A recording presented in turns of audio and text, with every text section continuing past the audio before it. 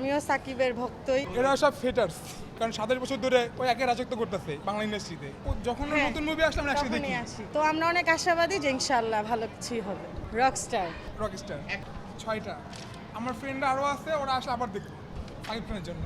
এরা সব ফেটার্স, ভালো কোনো মুভি আসলে অবশ্যই ওরা এইভাবেই করে যাতে নিচে নামানো যায়, কারণ 27 বছর ধরে ওই একই রাজত্ব করতেছে বাংলা ইন্ডাস্ট্রিতে। চাইবে যে ওকে নিচে নামানোর জন্য, তো কখনো পারবে না। হ্যাঁ, আমি অনেক নেগেটিভ রিভিউ দেখেছি, বাট তারপরে ইচ্ছা হচ্ছে যে না, আসলে হলে গিয়ে দেখলে বোঝা যাবে কারটা কতটা সত্য। আর সবার পারসেপশন এক না, হয়তো ওদের কাছে ভালো লাগেনি, বাট আমার কাছে রাখতেও পারে। আর আমিও সাকিবের ভক্তই, বেশ কয়েকটা ছবি পরপর অনেক সুপারহিট গিয়েছে।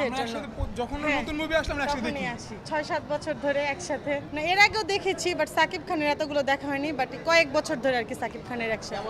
হ্যাঁ, ওর যে এক একটা চেঞ্জ, আসলে এই চেঞ্জগুলোর জন্য মেনলি দেখতে আসা। তো আমরা অনেক আশাবাদী যে ইনশাআল্লাহ ভালো কিছুই হবে। আমার কাছে তো ভালোই লাগছে, ভালোই লাগবে, এই আশাবাদী, এই জন্য এসেছি। হ্যাঁ, খুব ভালো লাগছে।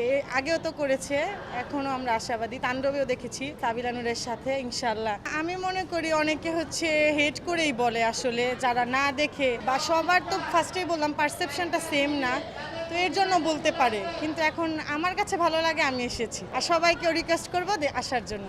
আমি চাই সবাই আসুক, রিভিউ না দেখে মুভি দেখুক, তারপরে নিজের কথা বলুক যে আসলে ভালো না সুন্দর, সুন্দর না খারাপ। না দেখে রিভিউ দেখে যদি না আসে, আমাদের ফিল্ম ইন্ডাস্ট্রির লস। তাই আসুক, মুভি দেখুক, তারপর রিভিউ দিক। আমি মুসলিমের জন্য আমি পড়ে আসছি, এর তো আর কোনো হওয়ার কিছু নাই। তারা যারা বলে তারা বলবেই। দেখেন, হিজাবও পড়েছে, তারাও কিন্তু এসেছে, অনেকে বোরখা পরেও আসে। এটা আসলে যার যার ধর্ম থেকে, বাট এটার সাথে সিনেমার কোনো কানেকশন থাকাটা আমার মনে হয় না যে এটা কোনো জরুরি নেসেসারি। জি, এটা আমরা খুবই এক্সপেক্ট করছিলাম যে একসাথে যাতে দেখা যায় এরকম ধরনের সিনেমা। আমার ছেলে মেয়ে সবাই নিয়ে এসেছি।